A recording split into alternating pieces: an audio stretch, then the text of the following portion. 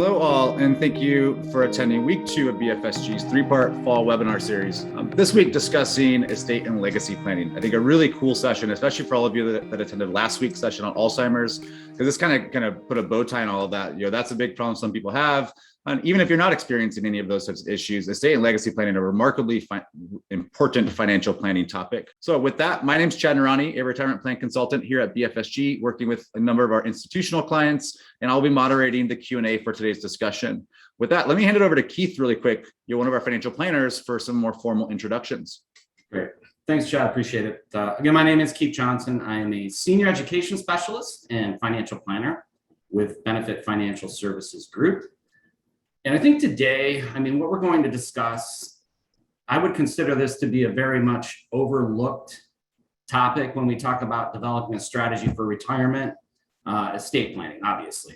So why is this such an important topic? I read a recent article that it's estimated that about 68% of Americans die without a will, or they're said to have died intestate.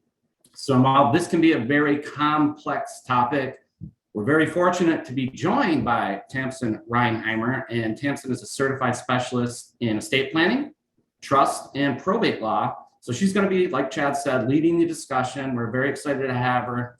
Tamsen, maybe you can elaborate a little bit on the introduction there. Thanks, Keith. Thank you, Chad. And thanks, BFSG, for having me. It's one of my favorite things to do these sort of educational presentations or workshops, because I do find that this is an area of law that people, of course, are interested in. They sort of know that they should know something about it, but the misinformation, is everywhere. And so even with my own clients, I check back in with them every 5 to 7 years just to reaffirm what they've done, why they've done it. Making sure that their plan is up to date so that it reflects their wishes. And it is an important thing. Unfortunately, as I hate to say, but I'll quote Mark Twain, taxes and death are the two certainties in life. So that keeps me pretty busy, which is great. I love my job. I love what I do. And I'm really happy to again, sort of spread the information so that people need to know what they need to do. Thank you, Tamsen. Appreciate it. Sure.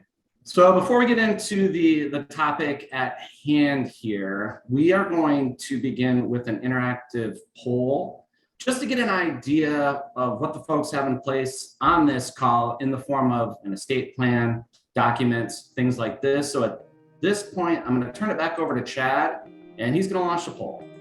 Awesome. Thank you so much, Keith. So on the screen for everybody, I'm going to launch the poll right now. For all of you logged in on the computer, you should see it pop up on your screen any moment. And I'll leave it up for about 20 to 30 seconds as we gather responses from all of you. Again, so the goal here is just to figure out who do we have. It's multiple selection. Like, don't just select one. You can select as many of these as you want. We're just trying to get a gauge for Tamsen, the level of documentation that the attendees have, so she can fine tune any remarks as we go through this and prep for some of the Q&A at the end of this. So do you have a beneficiary? Hopefully, right? Noting that your retirement plan beneficiary is different from your insurance beneficiary. You usually need to populate them in both places. Do you have your guardians designated? Do you have a will or a trust? Maybe none of the above, or I see already a couple people saying this is just all another language. That's probably why I'm here today. So with that, with most responses looking like they're in, let me end polling. And I will share results with the group so all of you can see. So it looks like about 84% on the call already have beneficiaries designated. That is awesome to see. That's great. 16% saying guardian designations, 34% saying powers of attorney for healthcare property, another 34% each for will and trusts, 9% say none of the above, the state can figure it out. Hopefully we can convince you to change your mind there. And 6% saying, I'm here, this is all another language, let's hear what you got to say. So let me stop sharing results. I'll give it back to Tamsen and Keith. Thank you. Yeah, the beneficiary thing, that's great to hear that everyone has their beneficiary set up. But I think Tamsen, she can probably allude to this, keeping those up to date. If you have a life-changing event, anything like that is key, because the hierarchy as far as safety and where the money's going to go, beneficiary is pretty much at the top, but I'm not the expert, so I'm going to let Tamsen take it over from here. Thanks, Keith. That was really helpful to see that poll, because it sort of jives with what I find to be out there in the world. And one thing I'll say too, it's great to have, for the folks who are out there and who are working with BFSG, it's so great to have these folks at the front line, reminding you what's important, guiding you in the right direction. I really believe that you all are, you're the first line of defense, because you'll help your clients to, do what they need to do. So, I always start with, what is estate planning? What is an estate? Why does it matter? And I have always found that the word estate is confusing to people. Commonly, confused with state, but it's estate. And it really is anything that you own. I recently had a friend of mine say, well, I don't have that much. I just have a house, and then I have kids. And it's like, stop right there. Those are the most important things. If you own a home and you have kids, that's, reason number one to think about doing some estate planning. Your estate is whatever you own, whether it's $1 or $1 million. That's it. And if it's important to you, then you should take the next steps to go ahead and start planning for, these eventualities, as I mentioned, death and taxes. God forbid there's an incapacity problem as well. We'll talk about that. That's sort of the, it's top of everyone's mind right now with the Britney Spears conservatorship.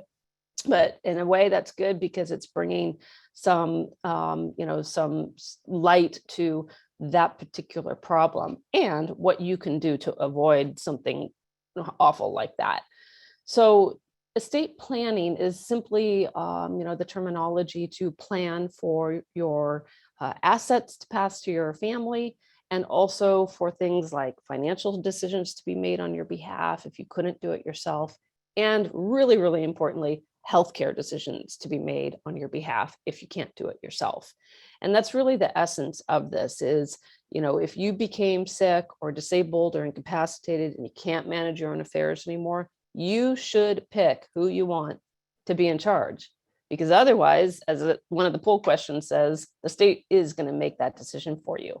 Now, we're sitting here in California, and I always tell my clients that California is probably the worst, if not, one of the top of the worst states to be in for death, dying, illness. Why? Because we have such a strict body of law that governs who gets your money if you don't plan it for yourself, who takes care of you if you don't plan that for yourself. And, our lovely court system here was tough enough to get through before the COVID pandemic, and it's a lot tougher to get through now. So if you want to be dragged into court as a sick person, or if you're a family and you lost a loved one and you want to be dragged into court to clear up their affairs, I don't recommend it. It is a difficult place to be. It's expensive, it's time consuming, and worst of all, it's public. Again, the Britney Spears conservatorship. Why do we all know about it? Because that's our laws here in California. It's a public proceeding. So everybody gets to know your dirty laundry. If you want to keep that private, one of the really important reasons to do some estate planning. The other thing too, and Keith, I'll just make one more point about that last slide. I have a lot of clients who are parents of young children. And I love those types of clients. You're thinking proactively about who's going to take care of your kid if you're not available for whatever reason. If you're sick, if you've passed suddenly, we have some really sad stories of folks who passed away suddenly, and we have a minor child who either needs to be cared for or now is inheriting a bunch of money, a house, a 401k. You cannot give money like that to a minor child. They can't manage it. So someone will. And thinking in advance about who that's going to be, really, really critical. So young parents, as well as old folks and everyone in between, you need to think about estate planning. Okay, now we can go ahead, Keith. So, again, I'm going to speak about the probate process in California, because again, that's where we are. There's a lot of states that have much, much easier processes. And I know this because we work with a lot of clients who are out of state, who have sadly sometimes two probate estates going. If our person who passed away died in California but owned property outside of the state, or vice versa, if they lived out of the state but they own property in California, if you don't have a will, you don't have a trust, you're going to have two court probate processes going in both states. And let me tell you, that is expensive and time consuming and painful. So here in California, we have a whole body of law about the probate courts. If any of these folks, and I should have asked maybe for a pop-up poll on this one, Chad, if anyone has had the joy of having to go through the probate process for a loved one, that is, I have folks running in here after the probate is done. I never want my family to go through that. It's a terrible process. It is, I learned my lesson. And that's a good client, because now we're ready to roll with your trust, your powers of attorney, your healthcare directive. So the probate courts, very old, terminology here. The probate courts have been in place starting in England, for hundreds of years, and we still have that process here. That is what is so incredible about it. And it's very much the old English common law way of doing it. So even if you have a will, this is the most important for everybody out there. If you have a will and you pass away in California, your will must be probated. In other words, it must be submitted to the probate court. The judge oversees the process, a very simple estate with nobody fighting, okay? It takes a year and a half on a good day to wrap up that estate, all because of our California laws. That is the only way to do it. No other way around it. If you have a will, you must go through probate. So hey, we do have a couple questions for you, Tamsen. I know this is sure. So let me, because I know we do have a nationwide audience too, so you're going to get a couple nationwide too. The first one is somebody that is here in California. What happens if there's a conflict between beneficiary designations and the terms of a will? This person is a California resident. Okay, so that's a great question. I'm actually typing up a petition right now to the court to address that same issue. There was a case where the decedent had a long-term girlfriend. She was, in fact, named on his IRAs, his individual retirement accounts. He had a trust and a will.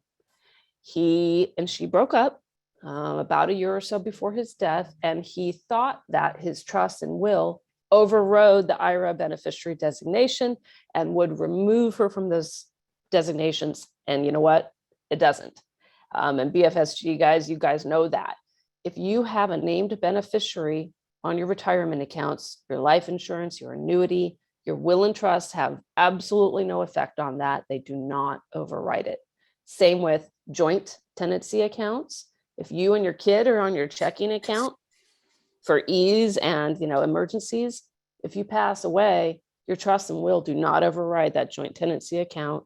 That kid who's named on the checking account can walk off with the money if they want to. So this is why it's so important to look at the entirety of all your accounts, talk with your advisors, talk with your attorney. Some clients say, yeah, I want my girlfriend to get the IRA. That's fine. And then your trust has a whole bunch of different people in it. That's fine too. But you have to understand that just making the will and the trust is not good enough to override those beneficiaries. And I think, Tamsen, that's a great point. When we were talking about beneficiaries, there should be some deep thought if you plan on listing minor children Absolutely as beneficiaries, because whoever's going to be taking care of them ultimately will control those assets. So those are some important considerations there. It's so, I have a real life example. I'm sorry for every single scenario we're going to talk about. And we did have a scenario where husband and wife were divorced and they had a younger son. Husband was ill and he actually appointed his brother as the beneficiary of his life insurance, thinking, and maybe even he talked to him, I don't know, saying to his brother, hey, this life insurance, I'm naming you because my kid's a minor and I expect you to use this money to take care of him. That did not happen. The brother and the ex-wife had a falling out. The brother said, you know what? I'm taking this money. I'm not going to give it to the kid. And that's what happened. So it really has to be thought through in that scenario. Okay, guys, so I got a couple more questions that are relevant on this slide. One, though, separate is I did get a question about the slides. So I did post a link in the chat box for all of you. If you want to pull the chat box up, there is a link. You could download the slides. It might be useful because you'll see some of the other content that Tamsen has coming up in this presentation as well. So we don't just get stuck on this slide. So the next question we have is, my will was set up in Virginia. This person does actually now live in California, though. Would that will still apply? And I mean, maybe just because we do have a nationwide audience, do you know if it'd be vice versa? Maybe they lived in California, but a lot of people moving out of the state because it's so tax unfriendly. Would their California will actually work if they were out of state? Yeah, it's the good news, I guess, about the United States of America is we actually are connected, and we do have an overriding rule that if your will was properly executed in the other state, California has to accept it, and vice versa. So that part is good. There are some differences, though, in how we execute wills from state to state. And so, for instance, if you were to pass away in California with your Virginia will, one has to go to probate court. So we have to submit it to the judge. The judge oversees it and says, okay, does this will comply with all of the rules of California? There's hoops we have to jump through when it doesn't. One of the really important things about a will in California, it has to be witnessed. In other words, someone has to watch you sign your will, two people in the same room at the same time, watching you sign your will, and then signing that they saw you sign your will. That is California specific. If that doesn't happen in Virginia, then we have a separate process that we have to go through in probate court here to make sure that your will is honored. So, bottom line is, if you move out of state, and I tell all my clients this, it's not that your documents are bad or void, but you really should get proper legal advice to make sure that your will has no problems in its administration here. Same with the trust. A lot of trusts will say, I'm making this trust under California law. Now you've gone off to Virginia. Virginia is a very different state in terms of its trust rules. Just go see a lawyer and make sure that it's legit there as well. And sometimes there's just little tweaks that have to be done to make it work in that other state. Some easier than others. Commonwealth states are a little bit more difficult, I will say. That's a perfect example there. So moving from a common law state to a community property state, that can muddy everything up, right, Tamsen? Absolutely. Oh my goodness. We don't have all day because I could go into that.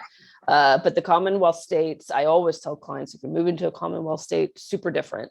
Same with some of obviously Louisiana, that's on a whole different set of rules. So, the Western states are pretty much all similar, which is good. But clients who come from Massachusetts, Pennsylvania, Illinois, they have, for the most part, they have two separate trusts. In California, we don't do that. Community property is one lump sum of property, and you have to have both clients signing on the same document. So a lot of differences there. I like that you just mentioned Illinois, because I'm going to ask you a question about that, but that's 3 questions down. So the first one, I don't actually know the terms. I'm not the estate planning attorney, so hopefully you do. But do you take Met law? We might need more clarification on that. Say it again, Chad. It says, do you take Met law? MET. That might be referring to, there's some companies that offer estate planning through sort of a packaged program. That might be what that is. Hyatt Law is one of them, or Hyatt Legal. And so it's great when companies sort of subsidize their clients' planning. That's wonderful. We're not on any of those plans. So what happens is, if you want to do a trust and you have sort of a prepackaged plan through your employer, you pick from their lawyers. Which is cool. There's a lot of them out there that are great. And I'd say go through, find the one you like. And if it's subsidized, definitely take advantage of that. Yep. Awesome. So the next question, I think it's more of a clarification, just trying to make sure they understand, is they believe that bank account TODs supersede will designee terms. Is that accurate? Correct. That's exactly right. So it's sort of the other way of saying what I was saying earlier. The will does not override a TOD. A TOD goes direct to that person. The will and the TOD don't have anything to do with one another. And that's, of course, assuming that no one's fighting those designations, which we have lots of cases about that too.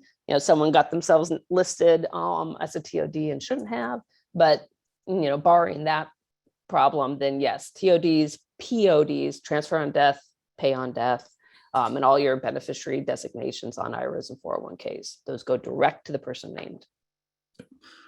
So the next one I have is somebody's family member opened a bank account in New York. This, I think, goes back to the fact you're talking about US kind of being one big playground together with a few states having different rules. But this person then moved to India, like over 2 decades ago, changed the address to this person's home address in Illinois, and then passed unexpectedly in India, had no will. So is probate in New York, Illinois, India? How do you even navigate something like that? Yeah, goodness gracious. So generally speaking, real estate has to be dealt with in the state where it is, okay? Whereas personal property, cash, bank account, stock, that can be dealt with in the place where the person died.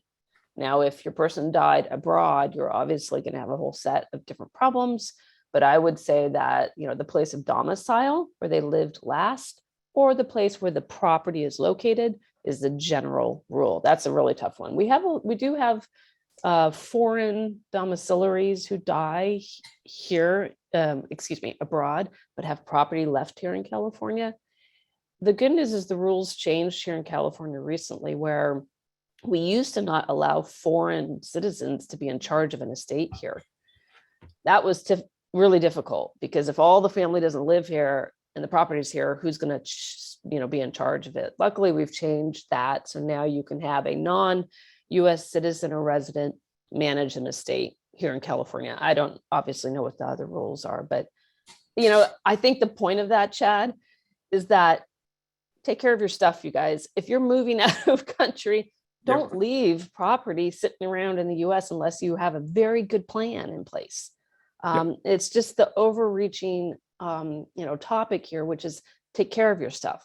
Don't leave little bits all around. We have lots of cases with Canadian, I don't know if I should say them out loud. It is a very prominent Canadian bank. They are extraordinarily difficult. Let's just call it impossible to deal with. So once you put money into their bank, if you die, it's next to near impossible to get it out. So I really recommend to my clients, don't leave these hard issues behind for your family. If it's hard for you, imagine it's going to be 10 times harder for your family to go and grab that money. 100%. And the reciprocity agreements between these countries and the US, they're all different. That's why we're doing this. This is definitely not a do-it-yourself type project. And it's important stuff that Tamsen's talking about here. Agreed. Yeah, everyone, I think we label this not just estate planning, right? But securing your legacy is, what do you need to do to secure your legacy? And it's never too early to start that. So I think somebody did find the thumbs up button. So just a reminder for all the attendees out there, there is a thumbs up button. If you pull up the Q&A box, if the question's been asked that you want to know as well, click that thumbs up. It'll pop to the top of our thread. I think a number of the questions that are outstanding right now, though, we are actually going to get to. I think there's a better page to stop on when we address those. So let's continue, and we will stop again to continue with the questions when we get to page 7. I love this slide because it really drives home my point about why you don't want your estate to be in probate. Now, I will say that this is for the living. Okay. I've had some clients say to me, I don't care, I'll be dead. Fine. Which is funny because one of the reasons that people don't do planning is because they don't want to pay for it up front. But when I show them this, okay, if you don't want to pay me now, let's say it's a couple $1,000, a few $1,000 perhaps to do a full-blown estate plan. But this is what it's going to cost for your family.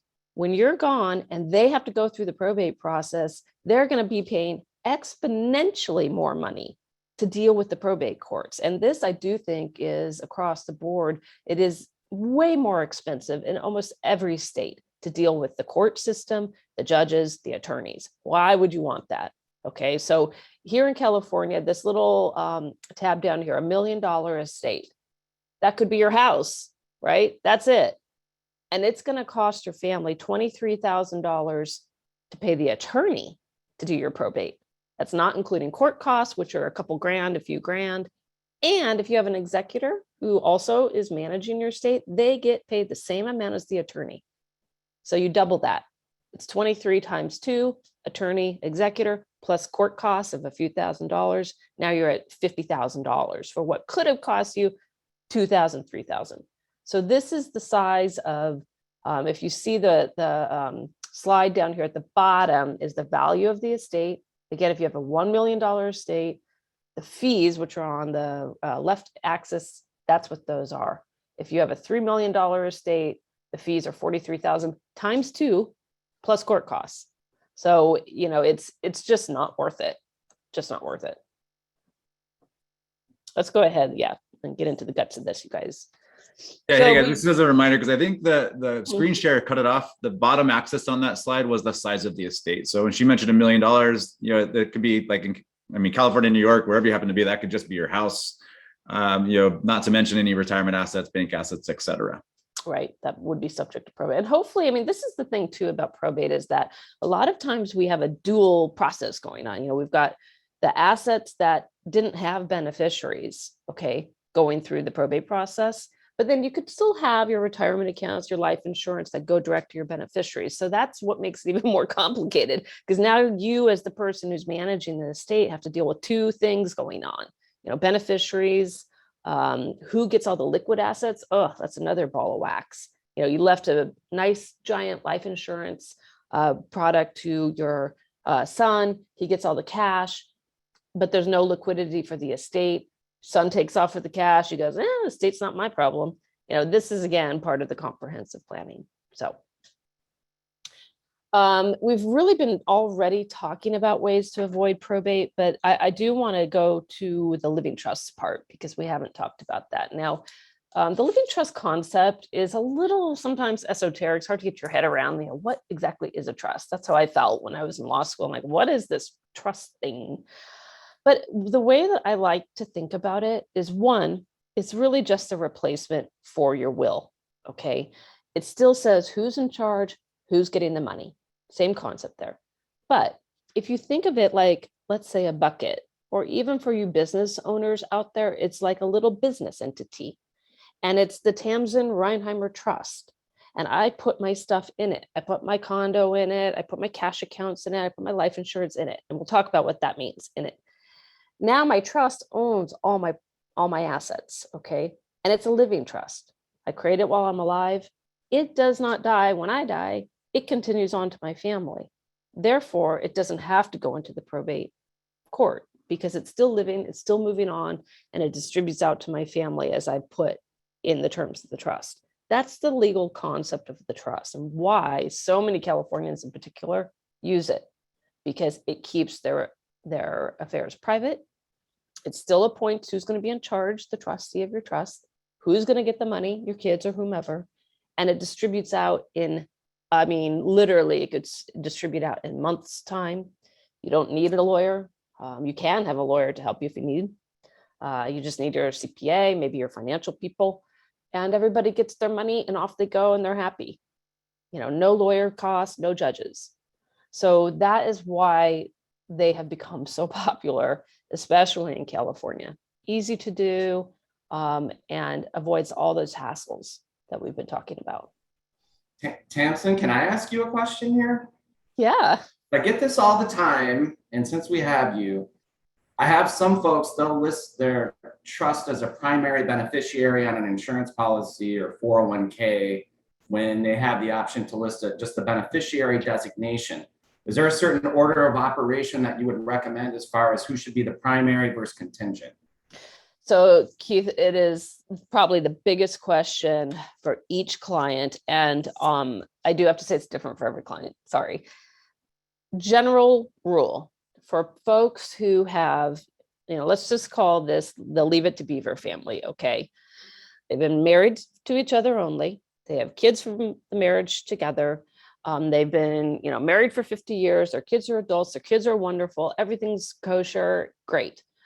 Then in that scenario, the trust will own, again, assets that don't have beneficiaries. Why? Because the beneficiaries go direct to the people you've named.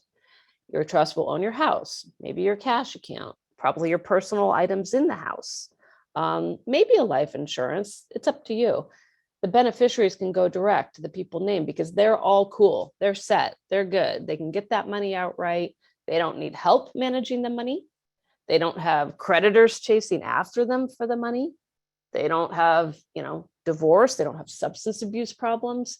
Great. Leave the money direct to them. You name your spouse as your primary beneficiary, your kids next, you're done. The reason you would use your trust as a beneficiary of an IRA or 401k, a life insurance, is because of those things I just mentioned. One, control. Do we need to control how your beneficiaries are going to receive that money? And that is important. Do your kids have substance abuse problems? Have they had financial messiness in the past? Or maybe they're just not good with money. Perhaps they are going through a divorce. You want to protect the money from that divorce. Those are all reasons. And of course, the most important, by the way, if they're minors, right? If they're minors, or if you have a special needs person, they can't manage the money themselves. That is the reason to use your trust as the beneficiary of those accounts. That was an awesome explanation. Thank you. Appreciate that. Yeah.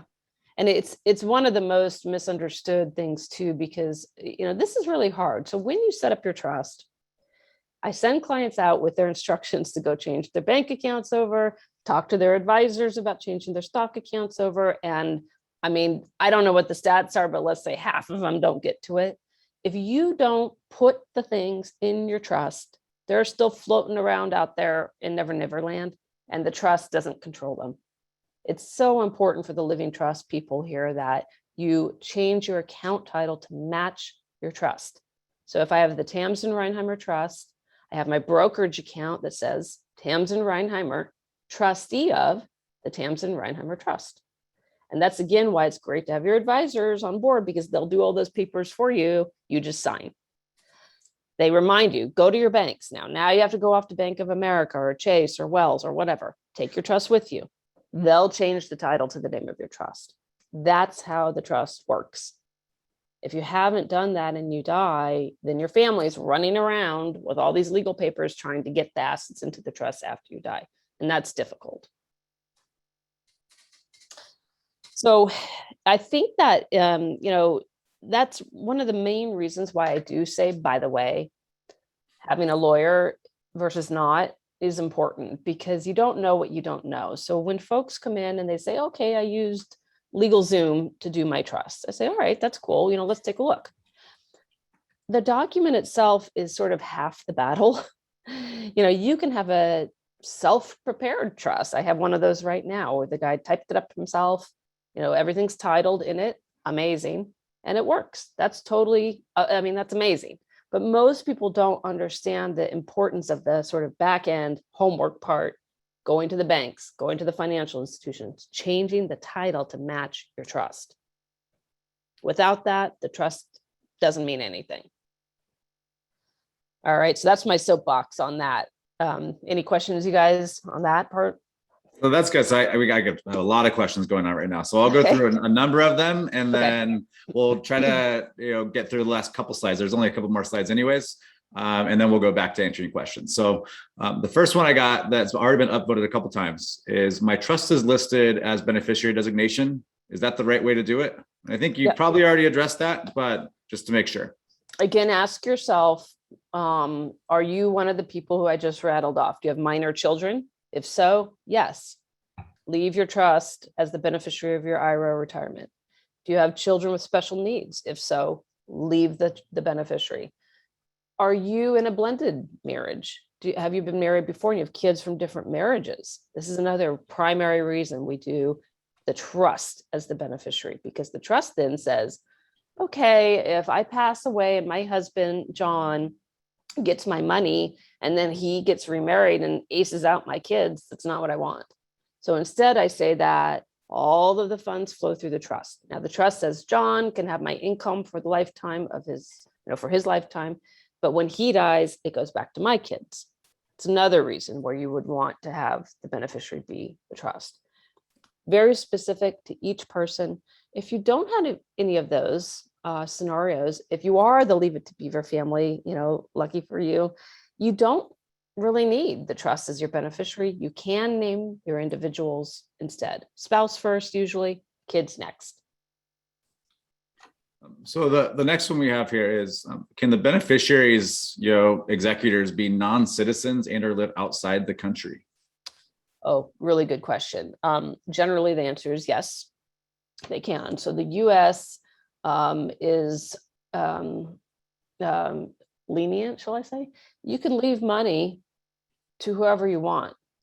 There's two parts to that. One, the country in which they reside may charge a tax on the money coming in. Okay, the US doesn't necessarily, we'll talk about taxes in a minute, but let's say that it's Germany, and Germany I have dealt with a few times. They do charge a tax on money coming into beneficiaries from the US or wherever. And I think there's a threshold, it's like $10,000. There's ways around it that I hear people doing. You can spread out the distributions to people who live in Germany, but they would charge sort of like an excise tax on the overage. And so it absolutely depends on the country. The US does have treaties with certain countries so that we have credits for those taxes. So that's one, depends on the country. Two, here in the US, the only tax that people think about, which is not the only tax, but we think of the inheritance tax, right? The death tax, it's called the estate tax. The beautiful thing about it currently is that a few years back, the exemption for your estate tax was set at $11 million each person. It's incredible, okay? Adjusted for inflation, so today it's about $11.6 million per person, no estate tax on your estate from the US government. That's a federal tax. So if you have less than that, which most of us do, there's no estate tax. That is aside from other taxes, okay? And we'll get to that. There's still some income tax problems. There's potentially still some capital gains tax problems. There's still some property tax problems, but the death tax, the inheritance tax, free if you have less than $11 million. Shocking, I know, hard to believe. Some people still don't believe me when I tell them, but it's true. Well, so the next one I got, that was an awesome answer, is I think the same person had put something in the chat and then found the Q&A box. So I'm going to ask both of them. I think the first one is really easy, is number one, how do you find out if you're still the beneficiary on a 401k plan if a person passes away and they had remarried? And number two is if you are the beneficiary on that 401k and they had remarried, do you still get the money? Gosh, again, let me tell you about a case that I had. Okay. So 401ks are different than IRAs, and that's important to know. When you set up an employer-sponsored retirement account, your 401k, your 403b, your 457, whatever those fours are, they're governed by federal law. They're not state by state, okay? So the feds come in and they say, these are the rules for these accounts. And the rule is, if you name someone other than your spouse, if you're married, your spouse must consent to it. They must sign a separate spousal consent form that says, okay, I'm okay, John, if you leave your money to your kids instead of to me, your spouse. Otherwise, the spouse has the automatic right to that 401k money.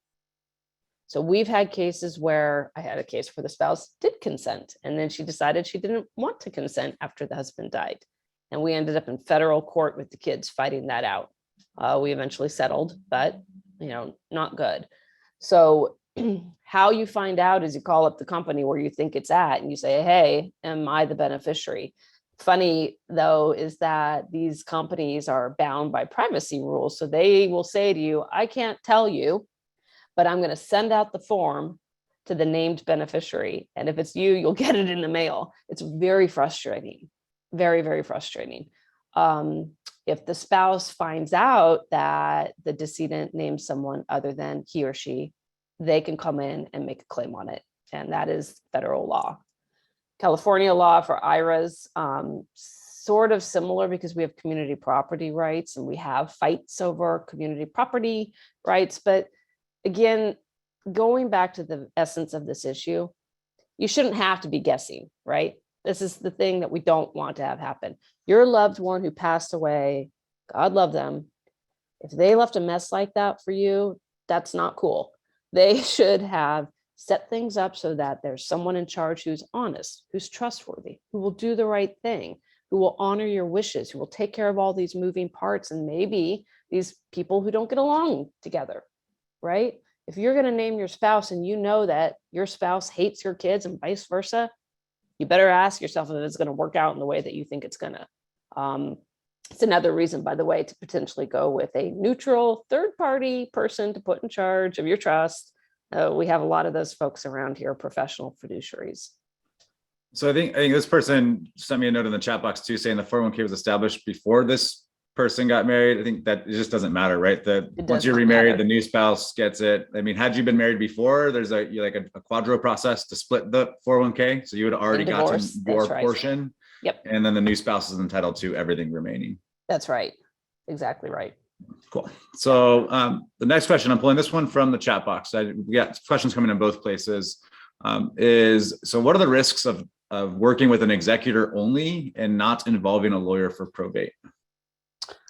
Well, I think it goes back to what I was talking about before, which is you don't really know what you don't know. Now, if you're working with the person I just mentioned, which is a professional trustee or fiduciary, those are folks who are licensed by the state. So in California, we have a licensing board that licenses someone to be your neutral third-party executor or trustee. And they go through classes and they have licenses. So if you're dealing with them directly, your odds are better that you're going to do proper planning and not have a lawyer.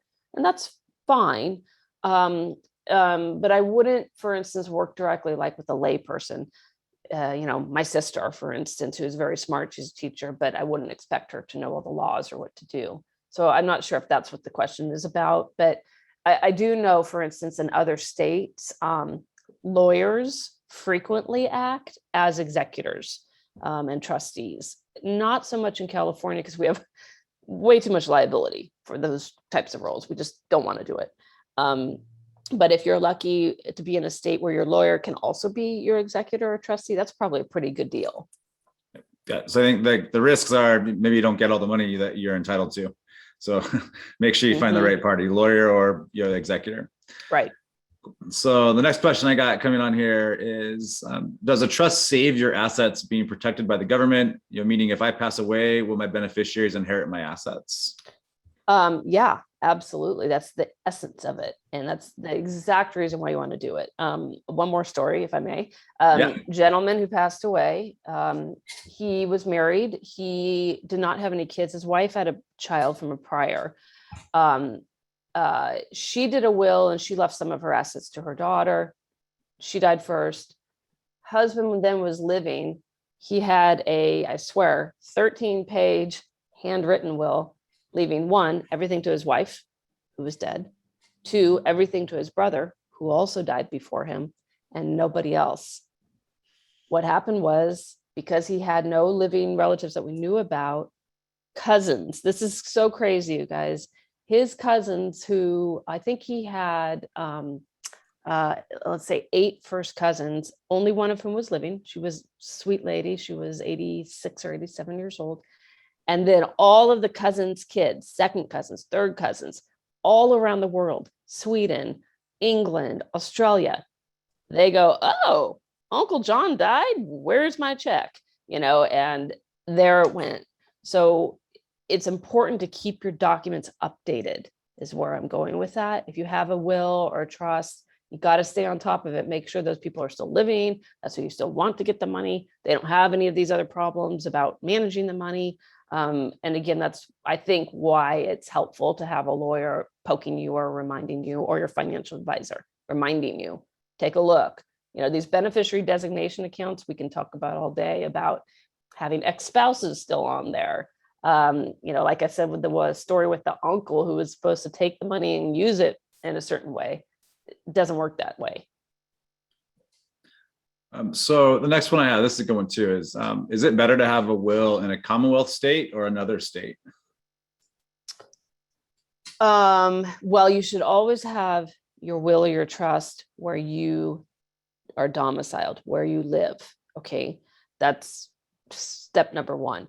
There are some times where clients want to have 2 wills or 2 trusts, one where they live and then one for out-of-state property. But usually that's because it's going to go they have different schemes for distribution. But if you live in a Commonwealth state, you got to have your will there. That's just the way it goes.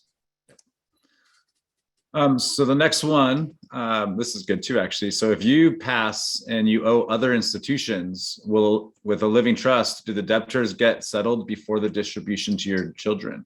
This is a really good question. So debts and expenses and taxes across the board are paid off the top of your estate. Okay.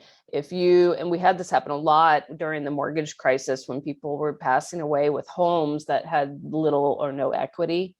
Or they were short selling them. And so the good news is no debtor's prison anymore. No one, your kids don't go to, tax court because you had so many debts. Your kids do not inherit your debts, but they must pay all of your debts out of your estate assets. And that can include your living trust, depending on how your trust is designed.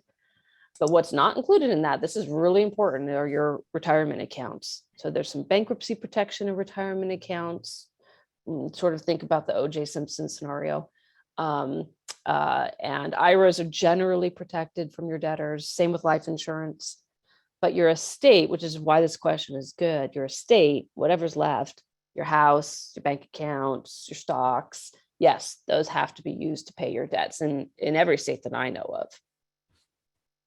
So the next one, and I love this question because I think we talked about it when we were prepping for this call, is just when you think of yourself, like do-it-yourself people out there, what are your thoughts on Legalzoom and those other free estate planning questions? And Keith and I will add context whenever you're done, because we hear it all the time. Yeah, actually, it was funny because when Legalzoom became a thing and all of us estate planning attorneys were like, oh, yeah, what's this? Is this going to be bad for business? It's not bad for business. One, because when I had someone come in, very nice man, said, can you look over my Legalzoom documents for me? And I said, okay, yeah, sure, no problem. And I'm looking through them. I go, oh, I didn't know you were married. He goes, oh, I'm not. I said, well, you've signed up for a married couple trust.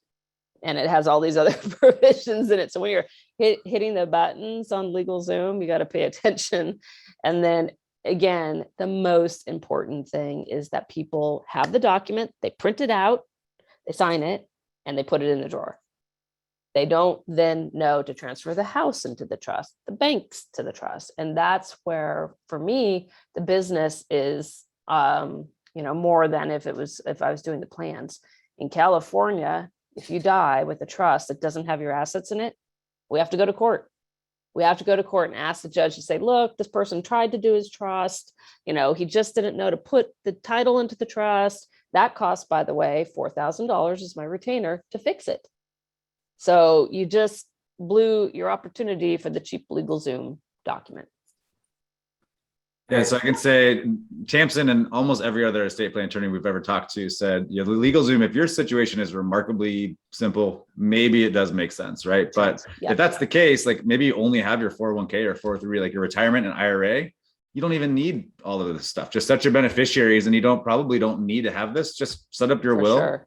Right? Or you set up maybe 5 wishes for if you do pass, and that type of stuff. But like you don't even need an estate plan if it's just a retirement account and that's it. But when you get more complicated, Legalzoom tends to cost more long-term because, most estate plan attorneys we've talked to say it just messes things up, across the board. Yeah. And it's, and again, with California, and I think the Commonwealth states too, is that it doesn't take into consideration our specific laws, which, the community property laws or the Commonwealth, they're just not reflected in the Legalzoom documents.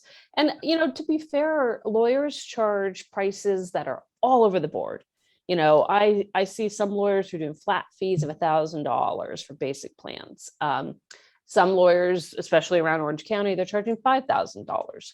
So you can certainly price shop. There's nothing wrong with that, as long as you know what you're getting for the price. That's the critical thing. Who's going to be servicing you? Is it the lawyer? Is it the paralegal? Is it just a document preparation service? I have no problem with, the cheaper routes, so long as you know what you are getting for your price, and you're okay with that. Okay, so I'm going to ask one more question because I got 2 upvotes for it, and then let us get through the end, and then we do have another 20 something questions in the queue anyways. So, I'm always confused between a will and a trust. Can you kind of explain the major differences? Yeah, this slide that's up right now is good because it does talk about the differences. So the will, again, very straightforward, old school way of planning your estate. And by the way, in almost every state, you can hand write your own will. I, Tamsen Reinheimer, leave everything to my dog, sign it, date it, goes in the drawer. It's not valid until I die. That's the key, okay? So nobody knows about it, has no effect on anything I do. When I die, it goes to probate court, the judge oversees it, it starts the whole process of the court system going. The trust, again, replacement for that. My trust says, the Tamsen Reinheimer Trust, I leave everything to my dog, my sister, whoever. My sister's my trustee. It doesn't die when I die. Therefore, no court system, no judges, no lawyers. But the trustee, who is my sister, same with executor, by the way, synonymous, executor for a will, trustee of a trust. On the trust, she gives out the money, she closes up the trust, she's done.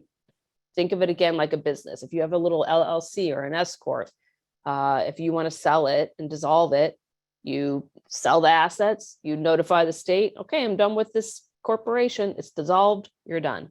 Very similar concept with the trust.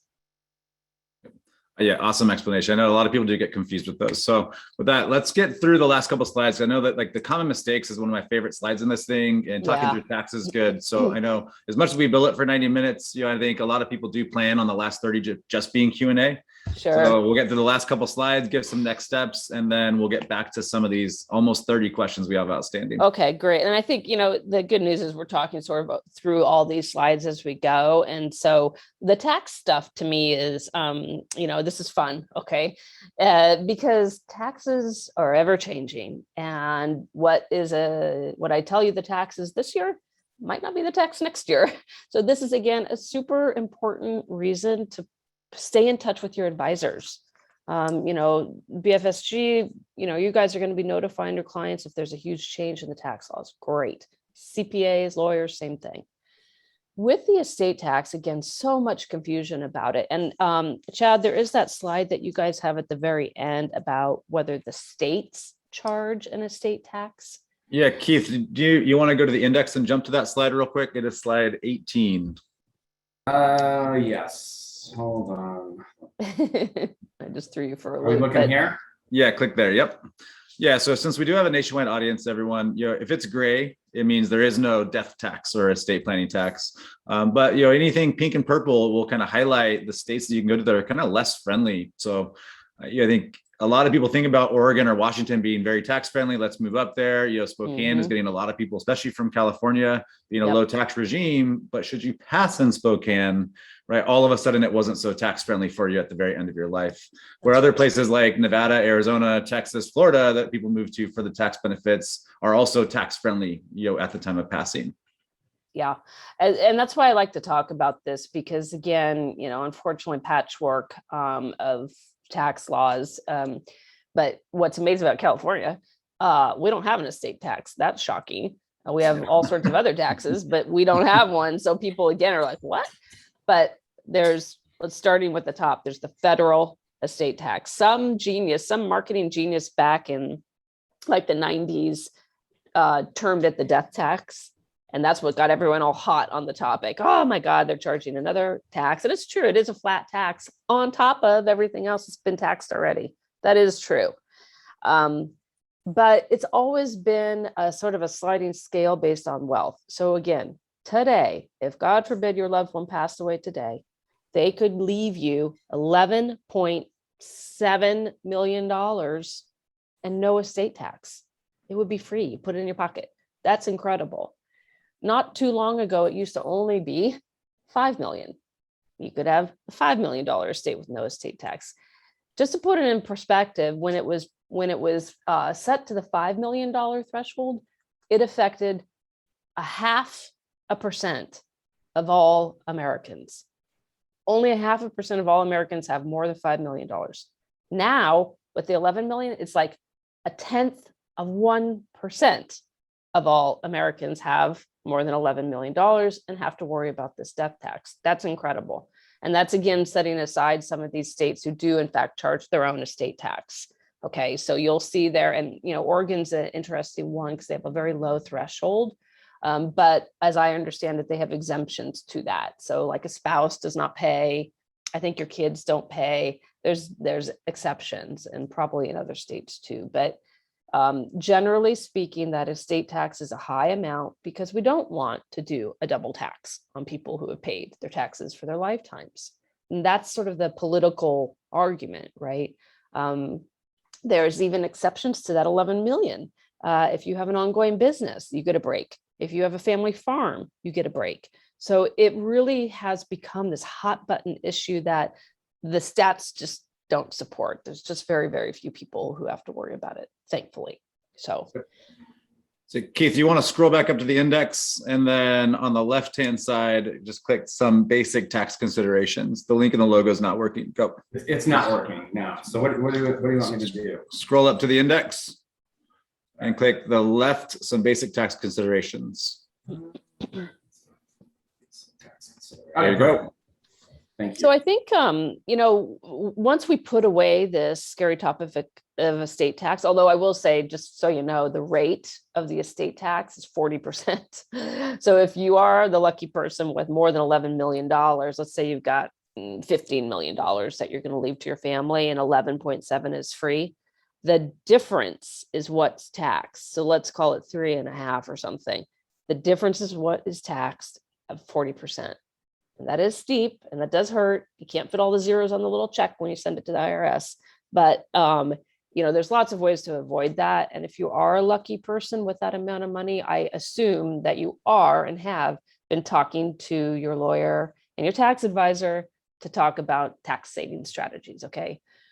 But the big one that really hurts the most is the income tax right now. So the income tax, all of us, and I think especially baby boomers who have been just like hammered with the idea to save money into your retirement accounts for your retirement, that was all tax-free. Wonderful. You got the break during your working career. You didn't pay tax. But when you get into retirement, it's time for you to take it out. You pay the tax. There's no way to avoid it. So you two can talk more about that, Chad and Keith, about the income tax ramifications. But every state that has an income tax, you're going to be paying your rate when you draw out the money from your IRAs. In California, it's pretty steep. We have a top rate of 13.8% income tax in addition to the feds. That's why people are moving outside of California, by the way. But when you leave, and this is something that's happened over the last couple of years, again, I'll just say baby boomers, you've worked so hard, you've saved all this money in your retirement accounts, and you want to leave some to your kids. Congress shut down our little loophole where you could leave your gigantic retirement account to your kids, and they could then also roll it over for their retirement and still keep paying what we call the minimum required distribution. That loophole is closed. The Secure Act changed that. Now, if you leave your retirement account funds to your kids, and there's a nice sum of money in there, they must drain those funds over the course of 10 years and pay an accelerated income tax. So that little loophole about deferring income tax down the generations, that's gone. I don't know if Chad or Keith, you want to chime in on that at all. Well, one thing very quickly, because I know we have a ton of questions here on the IRAs, and Tamsen alluded to the required minimum distribution. So at age 72, whether or not you need the money, you have to take it out, or it's a 50% penalty from the IRS. If you are someone who's charitably inclined, you can do something called the qualified charitable distribution, which would ultimately reduce your taxes. So that's something there, because I'm sure, Tamsen, you work with a lot of folks that are charitably inclined. So I just wanted to mention that. Yeah, it's an interesting point, Keith. I feel like not as many are when it really boils down to it. One client said, my kids are my charity. Does that count? No. They're charity cases. Unfortunately, no. But yeah, it's changed the way we think about retirement accounts. And I sort of get the concept. I mean, again, you're saving all this money while you're working for your retirement, and then you've built up this giant retirement account. And then maybe you don't need the income like you thought you would. You're lucky, one of those people. So you defer it, but don't defer it for too long, because if you leave it to your kids, the tax accelerates. And so that's what Congress wanted to put a stop to, is that these retirement accounts kept rolling down the generations without ever being properly taxed. And so you really got to speak with your advisors about that, if that is you. And if you are, in fact, only taking the minimum required amount, you're starting at the latest time possible, and you're leaving a giant retirement account out there, you have to sort of change the way you think about it now. Hey, Keith, can you repeat that comment? We have a question or a request for you to repeat it. So with any pre-tax monies, whether it's 401k, 403b, 457, or IRA, at age 72, you're required to take out a specific amount from those accounts, because it's the government saying, okay, based on your life expectancy, you have to take out X amount of dollars. If you're someone who's been giving to charities along the way and you don't need your required minimum distribution at age 72, you can essentially give that to a charity. So let's say you had to take out $10,000 from an IRA that you don't need, and on the other side, you're giving $10,000 that you have been for years and years to a charity. You can now take that required minimum distribution, give it directly to the charity. That reduces your taxes for that year. So there's some strategy. I talk quite a bit about this stuff when I'm doing the one-on-one consultations. So if you're in that fortunate, like Tamsen said, situation where you don't need the money, there are a couple strategies out there right now that you can take advantage of. Yeah, it's a great point. And this is, again, why it's so important to get with your advisors to see what there is available. I feel like every time we come up with a way around a tax, Congress is right there ready to close that loophole. So you got to stay ahead of it. You really do.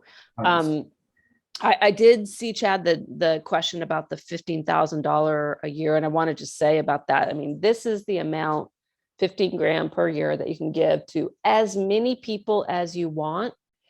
You don't have to report it to the IRS or your state tax board, and nobody pays the tax on it. Okay. So if you're sort of getting on an aggressive gifting strategy because you want to try to get your estate size down, $15,000 checks at Christmas time to as many people as you want. It's free for you, free for them. Nobody reports it. So it is a way that clients will use to start getting money out of their estate. And then if you're married, your spouse can also give that same amount to as many people as they want. Right. So if you're trying to give it to kids, right, that's technically 30 grand between the two parents that you can give to each kid per year. Yeah, exactly.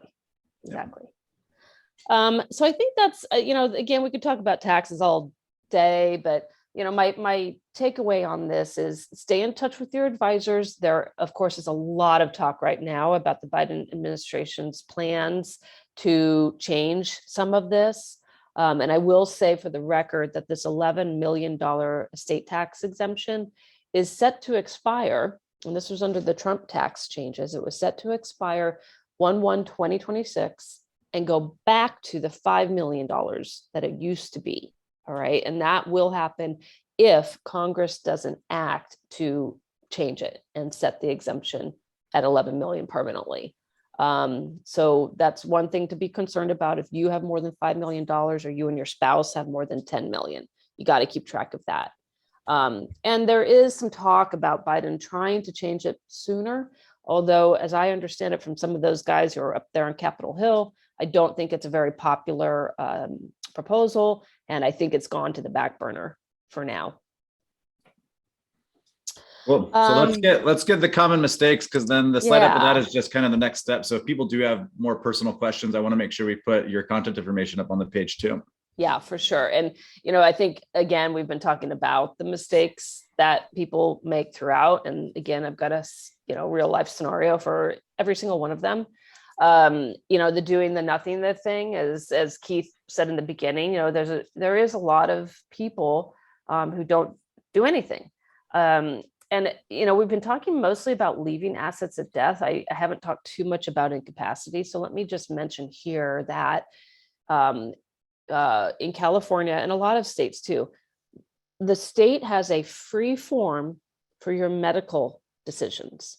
So you mentioned the 5 wishes. That's a free form you can get. In California, you can get the free advanced directive. In other states, it's called a living will, and it is confusing because the living will gets confused with the living trust. The living will is healthcare directions, okay? Also called a proxy or a medical power of attorney. But it's for your medical decisions. If you can't make them yourself, if you got sick, if you were in an accident, if you have to go in for an elective surgery, if God forbid you have a cognitive impairment, dementia, who's going to step in and make decisions for you? This is so important, you guys. Even kids who are turning 18, they go off to college. I tell their parents, make sure they get a medical directive in place, because once they turn 18 legally, no one can make decisions for them anymore without these written documents.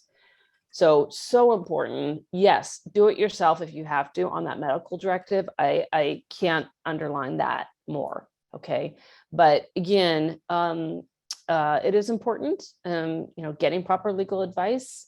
Who will be your person to make those decisions for you is a critical decision to make. I have had people who say, well, I can't appoint my spouse because my spouse won't follow my wishes. Well, you got to pick someone who will then. That's just all there is to it. The medical directive is such an active role these days because, we are living longer and we are having more ailments as time goes by, and more we're going to need these medical decision makers to step into our shoes for us. So that I haven't harped on too much, but I just did. So hopefully everyone got my message on that. The doing nothing, again, keeps me in business. What else can I say? You're keeping your lawyers in business by doing nothing. And the do it yourself, I think we've talked about as well. Overlooking beneficiary designations, I did give a couple of examples on that, but generally speaking, if you get divorced, you're going to change your beneficiaries, please. Well, unless you want your ex-spouse to inherit from you, that's cool too, if you like them still. If you get married, you got to update. If you have kids, you got to update. I've had many parents who still have like one kid named and not the other kids who, were future born. If you have a problematic beneficiary in that they have money problems, they have special needs, they have substance abuse, do not leave them as a beneficiary on your account.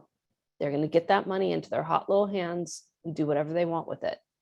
And in some cases, I have had sad cases where it was a death sentence to that substance abuse problem.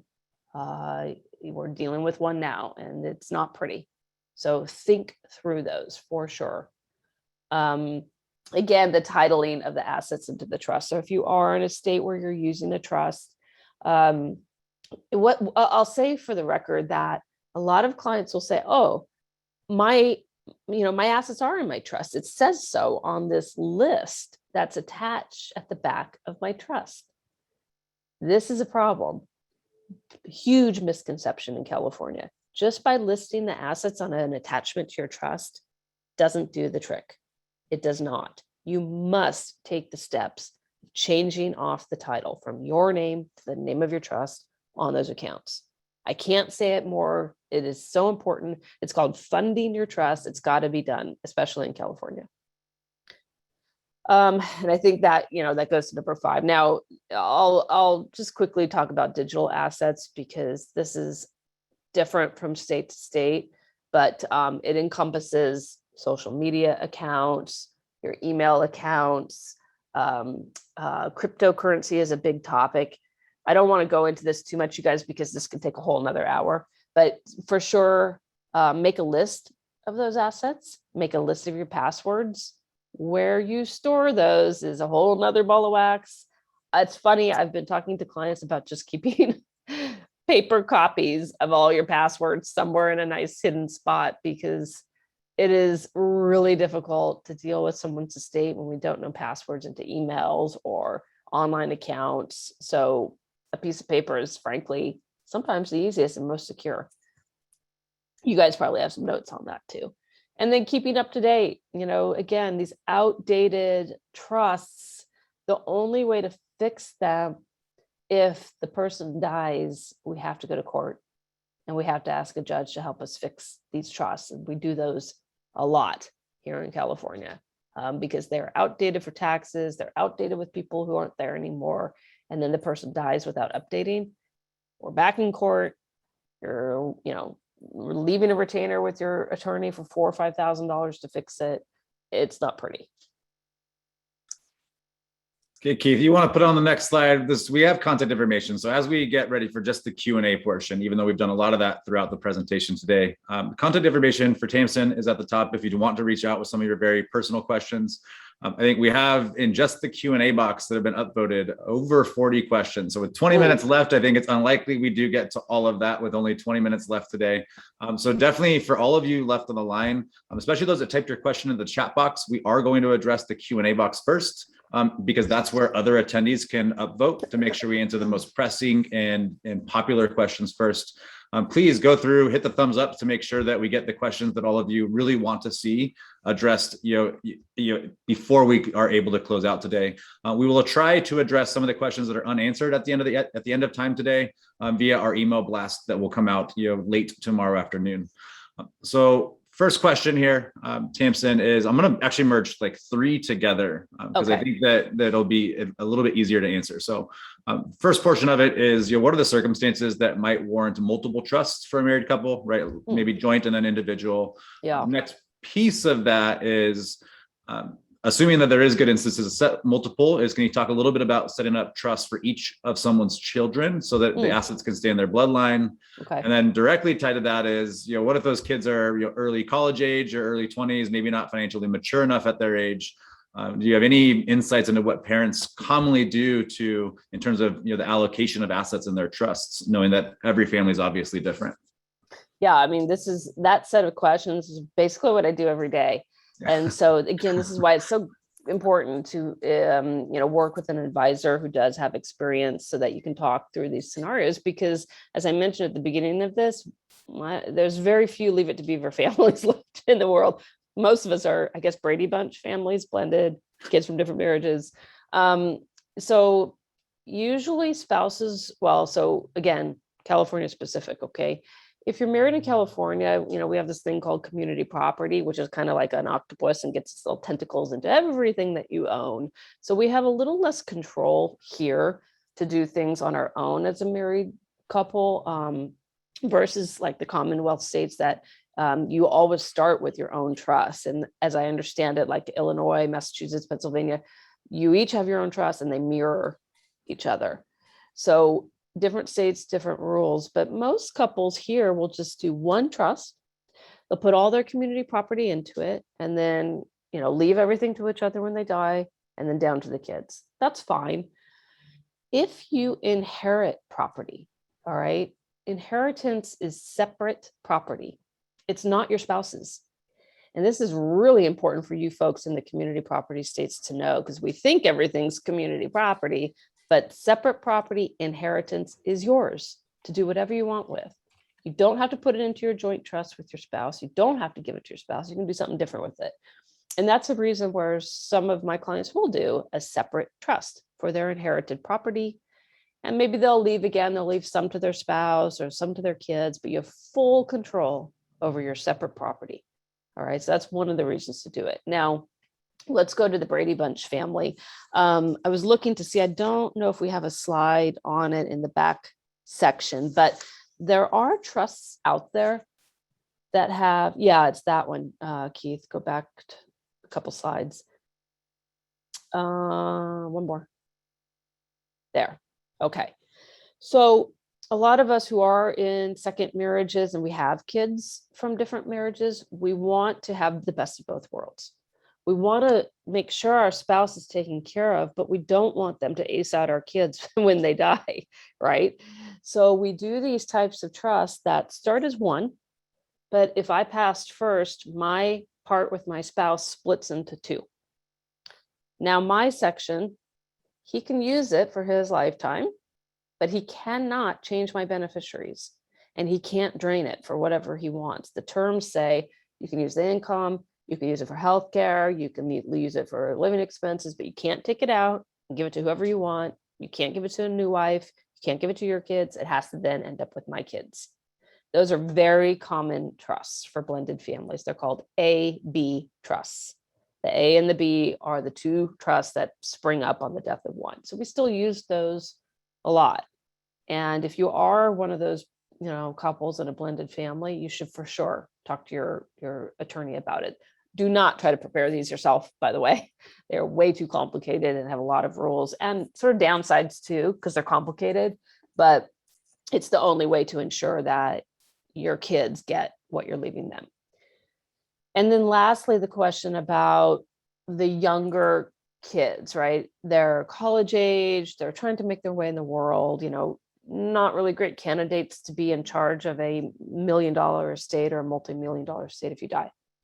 So what I do with clients is we'll pick sort of plan A, plan B, if you will. For now, who is the person that you trust to manage the estate if, God forbid, you get hit by a bus tomorrow? Maybe it's your sister, your brother, a friend.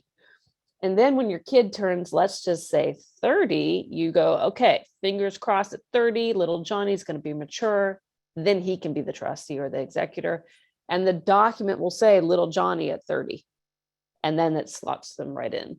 So that's a really good way to sort of plan for the eventuality that one of your kids is going to be responsible enough.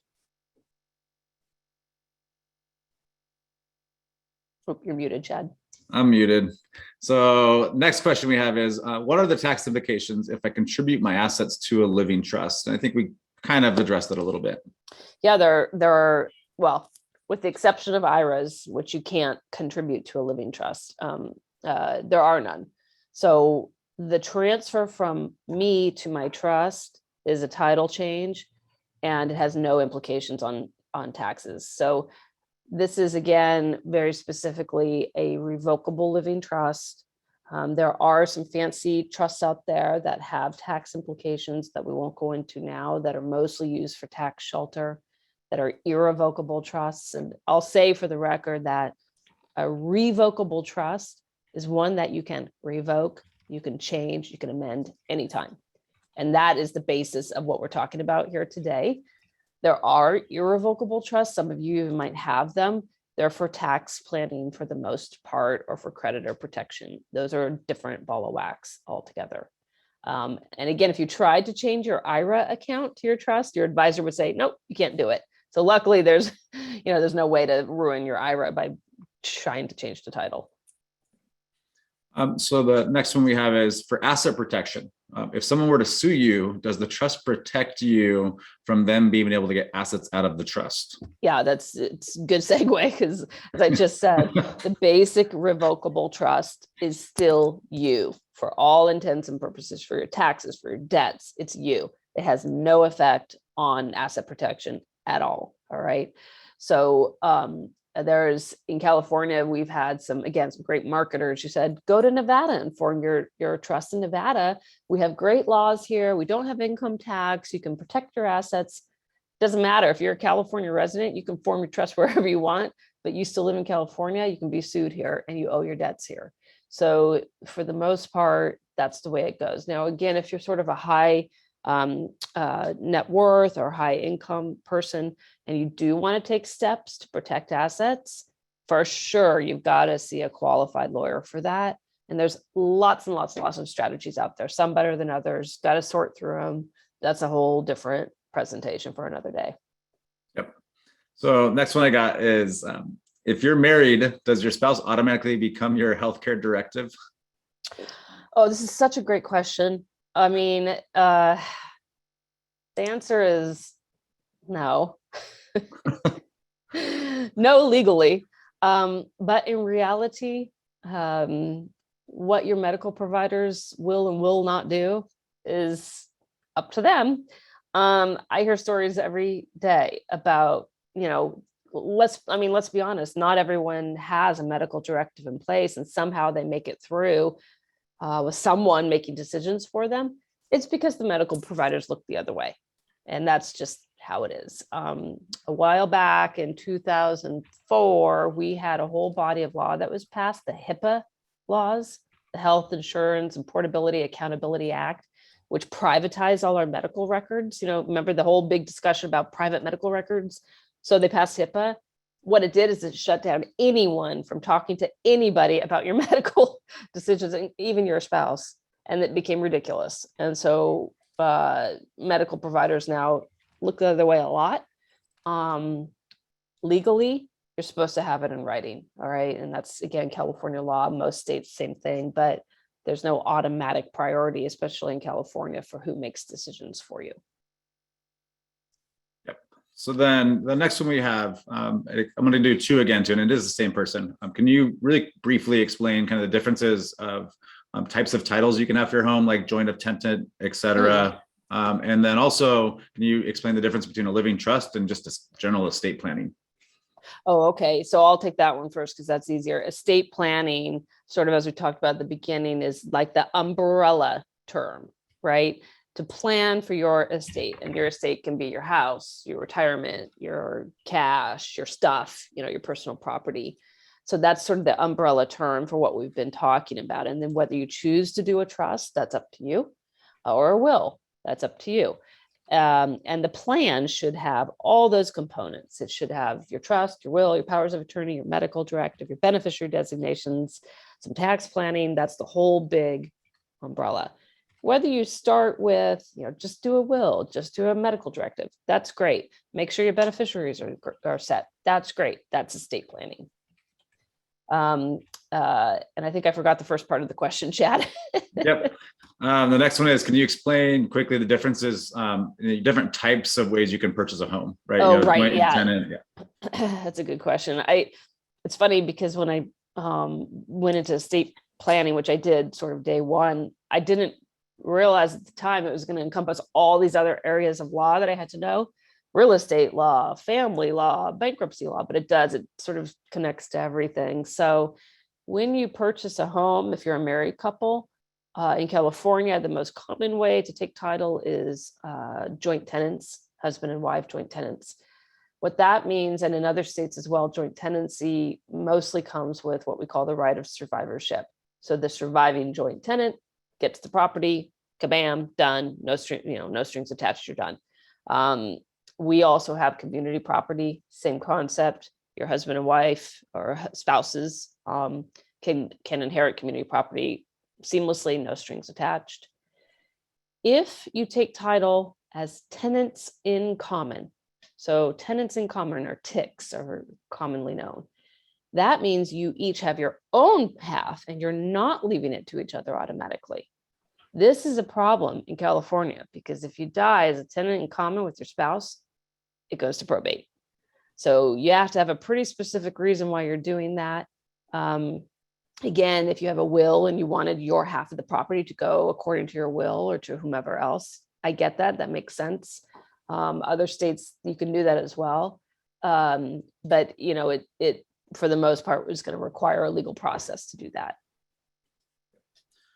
So our next question is, what about a Roth IRA? Is that taxed as part of the estate tax, being that it is technically after tax assets? And then the second piece of that is, does the 10-year rule when giving assets, money to kids when you pass, does that also apply to Roth assets? Yeah, it's such a good question. That's why you're probably hearing about people rushing to do these Roth conversions before the end of the year, because what you're doing is converting that from pre-tax dollars to post-tax dollars, right?